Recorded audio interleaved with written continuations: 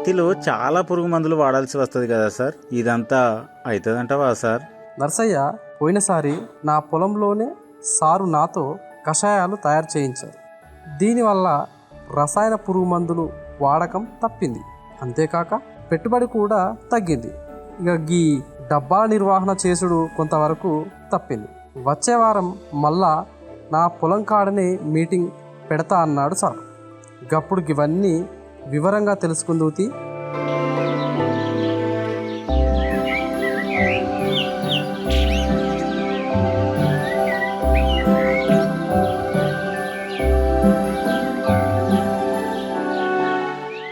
ఈరోజు శిక్షణకి వచ్చిన మీ అందరికీ నమస్కారం.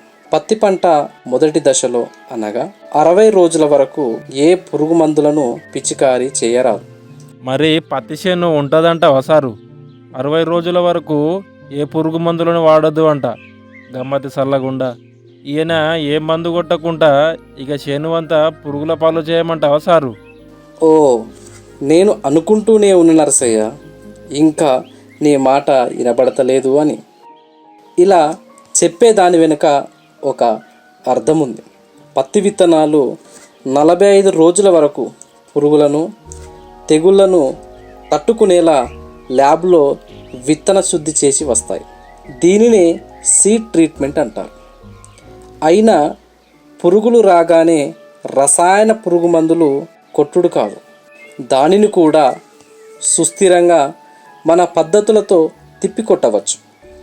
ఇంకా మొదటి దశలో పత్తిలో వచ్చే దోమజాతి లేదా రసం పీల్చే పురుగులు అంటావా, వాటికి సకాలంలో ఈ కషాయాలు వాడినట్లయితే ఏ రసాయన పురుగు మందులను వాడే అవసరం లేదు.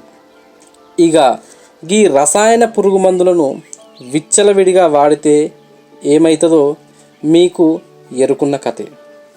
మళ్ళా ఈ కషాయాలు ఎక్కడ దొరుకుతాయి సారు? మన దగ్గరలో దొరికే దానితో తయారు చేసుకోవచ్చు నరసయ్య గారు. అందులో గీ యాపగింజల కషాయం ప్రముఖమైనది. దీనిని తయారు చేసుకోవడం కూడా చాలా సులువే నరసయ్య.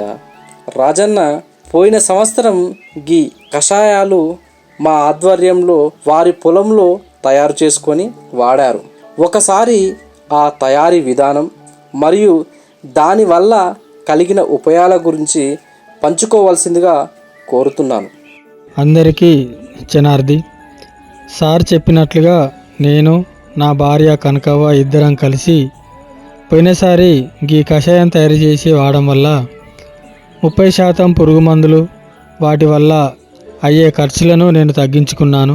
ముందుగా దీనిని తయారు చేసుకునే పద్ధతిని చూద్దాం. బాగా పండి రాలిన యాప గింజలను సకాలంలో సేకరించాలి.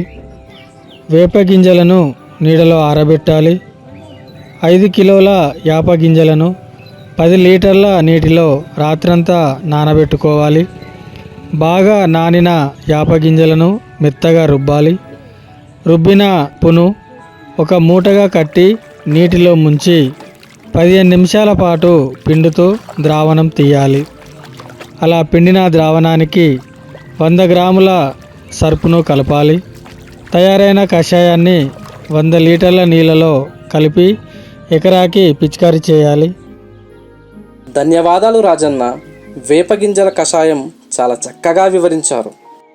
ఓరిని రాజన్న, కషాయం చేసుడు సులువుగానే అంటివి, గీ నానబోసుకునుడు రుబ్బుడు పప్పు చేసుడు ఎంత కథే? ఈ కషాయం నేను వాడడం వల్ల చీడపీడల యొక్క గుడ్ల దశలను నాశనం చేసింది. అదేవిధంగా రసం పీల్చే పురుగుల నుండి నా పంటను నేను కాపాడుకోగలిగాను. ఈ యాపగింజల కషాయం తయారు చేయడం మనం కొంచెము శ్రమ అనుకోకపోతే దీంతో పెట్టుబడి తగ్గి అధిక దిగుబడి పొందవచ్చు. అది కాదు అన్న, ఇది చాలా బాగుంది. ఇంకా కొంచెం తొందరగా తయారు అయ్యే మందు ఏమన్నా ఉంటే బాగుండు.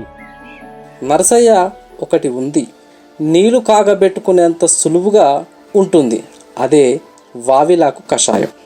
ఒక కుండ లేదా పెద్ద పాత్ర తీసుకొని అందులో 5 కిలోల వావిలాకు 10 లీటర్ల నీరు పోసి కర్రతో బాగా తిప్పాలి. మిశ్రమాన్ని 3 పొంగులు వచ్చేంత వరకు లేదా 5 లీటర్లు అయ్యేంత వరకు 30 నిమిషాలు ఉడికించాలి. ఆ తర్వాత ఆ కషాయాన్ని బాగా చల్లార్చి 8 గంటల తర్వాత ఒక పలుచని గుడ్డతో వడపోసుకోవాలి. ఆ తర్వాత సబ్బు పొడిని కషాయంలో కలుపుకోవాలి. ఏంది సారు ఇప్పుడు స్నానం చేయమంటావా ఎట్లా? ఆహా, ఎవరికన్నా బాగలేకపోతే గీ వావిలాకు ఉడికించుకొనే స్నానం చేస్తారు. ఏంది ఊకే చెప్పేది విను. 5 లీటర్ల వావిలాకు కషాయాన్ని 100 లీటర్ల నీటితో కలుపుకొని పంటపై పిచికారి చేసుకుంటే తామర పురుగులు, పేనుబంక, ఎర్రనల్లి, తెల్లదోమ మరియు పచ్చదోమ వంటి పురుగులను మటుమాయం చేస్తుంది. వచ్చే ట్రైనింగ్లో గులాబీ రంగు పురుగు, పొగాకు లద్దె పురుగులను తిప్పికొట్టే అగ్నియాస్త్రం గురించి తెలుసుకుందాం. ధన్యవాదాలు.